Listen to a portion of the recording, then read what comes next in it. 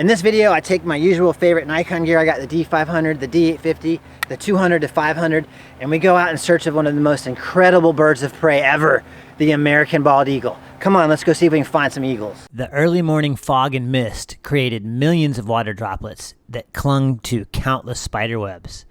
This proved to be an opportunity that was impossible to ignore.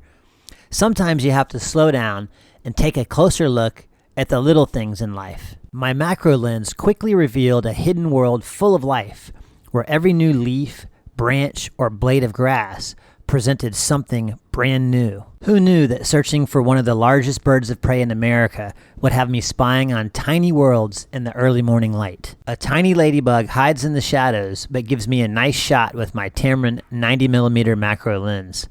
A spider with tiny dewdrops on its head and one bigger drop on its belly holds its web together while I quickly grab a shot. Let's move back into the larger world and see if we can find some eagles. On the other side of this little canal, way off in this open field, is an eagle's nest. So here, come here, take a look. This is a little too far away, so it's really hard to see the eagles, but I know a really cool place where I've seen some eagles in the past hanging out. In fact, it's where I filmed the documentary on the sandhill cranes, the sandhill crane story. I'll go ahead and put a link to that video right now in this one. If you haven't seen it, go check it out. But I know where we can probably find some more eagles, so let's go see if we can find them. There are two juvenile bald eagles right here in this pine tree. I don't know if I can get any shots or not because they're pretty far back in there, but we're gonna see what we can do. And as usual, the Nikon D500 and the 200 to 500 did not disappoint. This has proven to be an incredible camera combo that handles pretty much anything I throw at it, including this very impressive juvenile bald eagle. This bird is somewhere between 1 to 4 years old. At around 5 years of age, the white head and tail feathers will start to show up. Being a younger eagle, I think this bird wanted to show off that impressive wingspan by flying right towards me to get a better look at what I was doing. Once the eagle was perched, it looked right at me, and yes, it is a chilling moment when an eagle takes a deep look into your soul. After that moment of connection, the young eagle decided it was time to fly. A short leap before taking flight. I thought the eagle was done, but to my amazement, it flew right back and landed in a different section of the same pine tree. And the second series of images gets us an even better look at this incredible bird. Look at that natural camouflage. This eagle looks exactly like one of those bark-covered pine tree branches. The eagle rewards us with a nice preening shot where you can really see the texture of those feathers, and then this incredible portrait so we can get a better look at that amazing face. What an incredible looking bird. Let's see how the D850 captures the same animal. Video of an eagle is always awesome, but shooting it in slow motion gives it a completely different look and feel.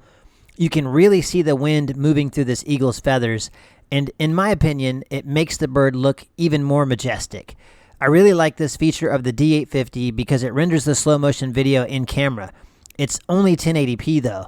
I would love to see some 4K slow motion footage, and I might be adding a Panasonic GH5 to my kit for this very purpose. I managed to grab 2 nice shots with the D850 before the eagle decided that this photo session was over.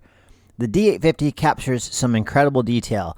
These images have been cropped in post so we can get a better look at the bird, and the images appear sharper and clearer as they should. The eagle took to the skies, just barely missing these power lines. I kept my zoom lens on the eagle so I could get an idea of where I was going, and another bird suddenly appeared in the viewfinder of my camera. I can tell from this shot that this bird was a Crested Caracara, and it was busy attacking the eagle. The white-tipped wings are a dead giveaway here. This shot also gives you a nice size comparison. The eagle is much larger than the Crested Caracara, and in the bottom right corner, you can see another Crested Caracara flying in for backup. It's too bad this action happened so far away. All right, this is one of the many perils of doing bird photography in Florida. Mud, man, look at this. It's so thick, and look at So now I gotta figure out a way to get this off of my shoes. I think I'm gonna just use grass and see if I can wipe it off.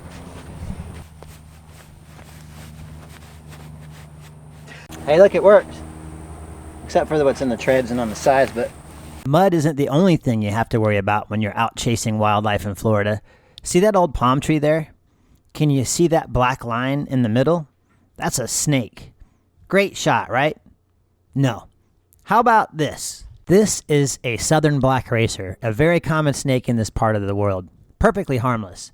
Although, they will shake the tips of their tail against dead leaves to try and fool you and make you think they are a rattlesnake. These snakes will feed on things like lizards and mice. And speaking of mice, somewhere in this maze of sawgrass is a mouse. Listen, you can hear it squeak. Let's see if we can find it. This mound of dirt and old grass that kind of looks like a hobbit house is the mouse's home. You can see the opening right here.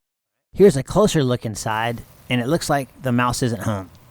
While we were busy spying on this mouse, guess who came back? The eagle. And he brought a friend, this Crested Caracara. I guess technically these birds aren't really friends, but it was really nice of the Crested Caracara to not only chase the eagle right back to me, but to stop and pose on this power pole before vanishing. Since this Crested Caracara was nice enough to chase the eagle back to me, I grabbed a few more shots before calling it a day. I had some better light in this photo series, and this young eagle gave me all sorts of interesting poses. How about a nice shot where you lift those big talons up to your chin and scratch your face? Oh, that's perfect. Okay, let's try something a little different. Oh, come on now, I'm not that boring. You don't need to yawn. Oh, I can see, yep, you're getting a little angry with my direction here, so let's try something a little different. How about some casual preening? That looks great. And for your final shot, why don't you grab a few feathers in your beak and give me a nice majestic pose? Ah, that's perfect. What an awesome bird. Hey, thanks for coming along on this adventure. I had a great time. Those eagles were super cooperative. That's not something that you see every day.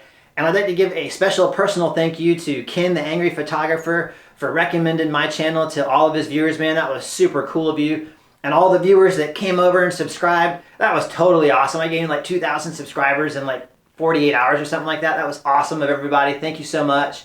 If you're not familiar with the Angry Photographer, I'll put a link to his channel down in the description. Go check him out. This guy, he knows his lenses probably better than anyone else. And as always, click that thumbs up. Leave comments. Let me know what you thought about the video. I love hearing what everybody thinks. Please share the video. That's very helpful. And if you haven't subscribed yet, what are you waiting for? Go ahead and subscribe. There's a little button right over here somewhere. I got a lot more cool stuff coming this way. So until next time, see you later.